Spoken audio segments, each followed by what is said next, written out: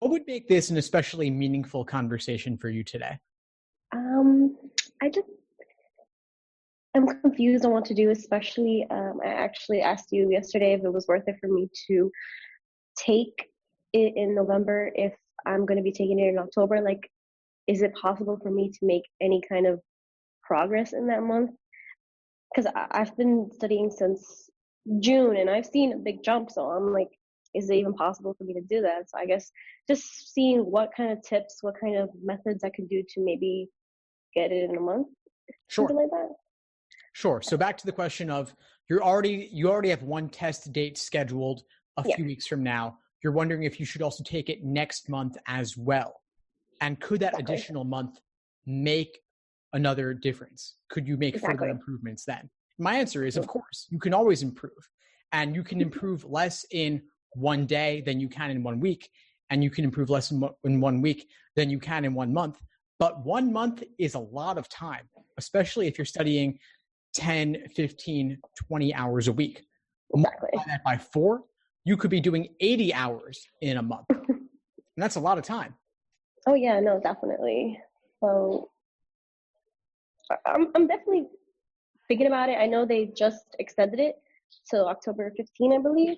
Right. So I think I'm gonna do it. I really am. I don't know if it's like my self-doubt that's making me do this, or is because if I should do it or if I shouldn't. I'm like asking everybody, like, they're like, oh, but if you think you're confident for October, don't even bother. And I'm like, well, it's not that I'm not confident. It's just, it's good to have a safety net sometimes. So I was wondering if it's that, even if it is my self-doubt or anything, like, should I let that stop me? Should I still continue to? Well, that additional test registration, having another test already secured for yourself could give you peace of mind. Even if you don't actually take that test, the fact that you have another opportunity to take the exam again could help reduce the stress for the upcoming exam. That's actually you're right, definitely. Like, just having that, just the fact that I know I could have an opportunity will take that whole stress off of me, and I won't worry about it during the first attempt. So I'm like, I can see how it could definitely be beneficial. Like, for me, I'm kind of nervous and excited. It's like so many different emotions, but I'm ready. I'm definitely ready. Good. And the other thing I want to add is that there's always a reason to retake, because through luck alone, you could do a couple of points better. Exactly. That's what I'm saying. Like, and just a couple of points is worth it. It's the difference between a 156 and then a 160, like 4 points that I could just make right there. So it's just like, like, I don't see. No, so I'm ready, and I think I'm going to do it probably either today or tomorrow. I just got paid today, so that's definitely really good. Good. Yeah, it's well worth it. Even $200 on a test registration, I know it's a lot, especially if you don't even need it. But if that confidence gets you just a point or two more on the LSAT, and if it pushes you up into the 160s, that could make a big difference in terms of the law schools you get into. Exactly. With the scholarship money that you get. Exactly. That's why, I'm definitely going to do it. So I'm just excited to talk about with you because, being from a first generation, I don't have a lot of resources and a lot of people I can actually ask and get actual information from, that people who actually know about this and like went through it. So it's so awesome that you do these calls. Really, it really is. No, of course. I'm glad to help, Why not? Exactly. So what does your plan look like over the next few weeks between now and the test? So I have been drilling a lot of my weaknesses, especially in logical reasoning, which are mostly weekend questions and also flaw questions.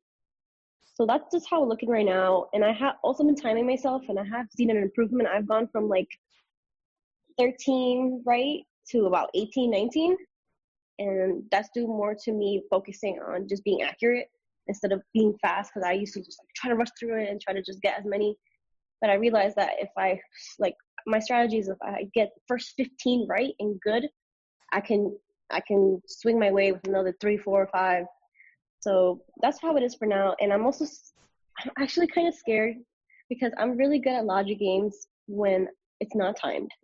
I know my inferences and I can get it right. And I know it's going to happen that when I time myself, I won't get it as quickly. But I'm telling myself, like, sometimes you have to fail in order to succeed. So I have to deal with the failure of not getting them all right and then understand why and try to fix it. So that's probably my biggest problem right now because I'm so good at them. So I feel like I'll feel so bad when I time myself and it's not as good. I was like, what can I do to kind of like get over that? Trying to like. Yeah, Rachel. So between now and next week, I want you to get at least 50 logical reasoning questions wrong. Get 50 wrong. If you're getting them right, it means they're too easy. I know. The value in doing these questions is not to measure your results and feel good about them. That's a side benefit that happens sometimes. The real benefit is in getting questions wrong and having struggles with questions so that you can learn from your mistakes. Exactly. No, definitely. If you're getting everything right, it means they're too easy. It means they're too easy. That's what I'm telling myself. I'm like, I have to fail. I have to get them wrong so then I can really sit down and see, why did I get this wrong? What way of thinking did I have that led me to this wrong answer? And what can I do to smash that wrong way of thinking and fix it? So yeah, definitely. Actually that's what I do because I work 9 to 5. So during my lunch breaks, I'm studying, and then I study 2 hours after work at a library nearby. So I'm trying to see how I can make the little time that I do have more effective and more, more worthwhile for me to, because I have my last prep test I took, I got a 159, which is my highest I've ever gotten. But the one I took before that was a 154, and the one before that was a 157. So my scores are going up and down. So I'm like, how can I just like make sure that it stays consistent and like what I do is effective? And I'm trying to. Sure. Yeah. Scores fluctuate, and that's natural. It's natural. They are rarely consistent. Mm-hmm. There's a margin of error or a score band of 3.5 points on either end. And so one reason I said to retake it a month from now is that through luck alone, you could do 3 to 4 points better. If your understanding does not improve at all, you could go 3 to 4 points on either end. But because schools only take the highest score, there's no downside to retaking. But what those fluctuations mean is that for your practice tests, they'll fluctuate wildly. In fact, I've never had a student whose scores don't fluctuate. It's natural. It could be due to the idiosyncrasies of a particular exam. Maybe one exam had tough games, one had tough reading comp, one had a tough topic you didn't like, and it, of course, also play to your strengths, and that's natural. And so I wouldn't worry too much about it. I would say if you really want to know where you stand, take the average of the most recent 5 exams and see what that looks like. Yeah, that's definitely. Okay, that sounds good. Awesome. But aside from that, I wouldn't worry too much about the scores themselves. Focus on getting the questions wrong and reviewing, learning from your mistakes, getting those patterns ingrained. Exactly. So that you can improve for the future. All right. That's amazing. Thank you so much for that advice. It's really awesome. Of course. My pleasure. What else would be helpful for you today? Definitely about the digital. The digital LSAT has the last practic I took was the digital one. So I do like it. I like it because it's much faster. I don't have to waste time bubbling in. But I did hear a lot. My friend took it in September, and she told me that there was a problem a lot with like the glare and like the screen and like. So I'm just nervous. Like, how can I like really get ready for it? That's what I'm trying to say. Like, yeah, really, sure. And those are valid concerns. And so the digital LSAT, like anything else, there's a mix of pros and cons. I agree. The bubbling, super fast now. That's really nice. I also love how it grays out when you eliminate a choice. You can collapse choices also. Just like take it out completely. So I don't even have to look at them anymore. Just boom, they're out. I did enjoy that really much. Yeah, it's great. Now with the glare, it's a valid concern. Happens a lot. So when you first enter the test center on test day, you want to look up at the ceiling and see, are there harsh fluorescent lights? And I have directly over glasses, you. so you know my glasses. Yeah. So we I have know. to work on that. Exactly. I feel you on that. Yeah. So when you walk in, check out the light situation above you. Check out how it reflects off the tablet screen the second they give you a tablet. Yeah. If it's That makes glaring a sense. lot, ask the proctors if they can move you before the test starts.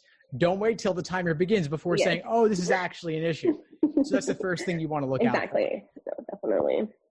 Now, there's supposed to be a certain angle at which you hold the tablet. Enforcement of that varies. Some people tilt it more than others. You'll see what enforcement's actually like and see what's considered okay. But ultimately, I would suggest if you can get moved away from where there's a light directly above you. That's when the reflections happen. Exactly. The other thing is, with regard to the tablets themselves, I want you to be on the lookout for the highlighting and underlining functions. They're not that responsive with the stylus. Ooh. And I don't think they're that useful anyway, honestly. And so yeah, I didn't use it at all. The stylus reports were pretty universal that the stylus is not that great. So I would suggest not counting on that. Get ready to use your finger, and don't trust that can never fail you, right? And also, exactly. Don't really rely on the highlighting and underlining at all. I don't think they're that useful anyway. I would just do your work on the scratch paper on the side. Yeah, that's when I took it on Sunday. That's exactly what I did. I didn't even bother pressing it. I was just like, although in the logical reasoning, I felt for some reason I didn't have to write anything. Like I told you, it was much faster. Like I get like an extra few seconds on the questions because you don't have to bubble it in. That it was just easier for me. I think in one of the sections I got like 19 right, and the other one I got 21. Oh wow, so that's great. Yeah, so I feel, but on the paper ones I always get like 18, 17. So I'm like, oh, like I think it's like those extra few seconds in every single question that had given me a little boost. So I definitely enjoyed that. And I just feel like with the stylus and the highlighting, it's just gonna get too much. Like I could just read, you know. And if I understand what I read, I got it, you know. Yeah, that's great. Yeah, keep that momentum going. And also, I don't think you really need to diagram that much in logical reasoning at all. Exactly. You don't really need to.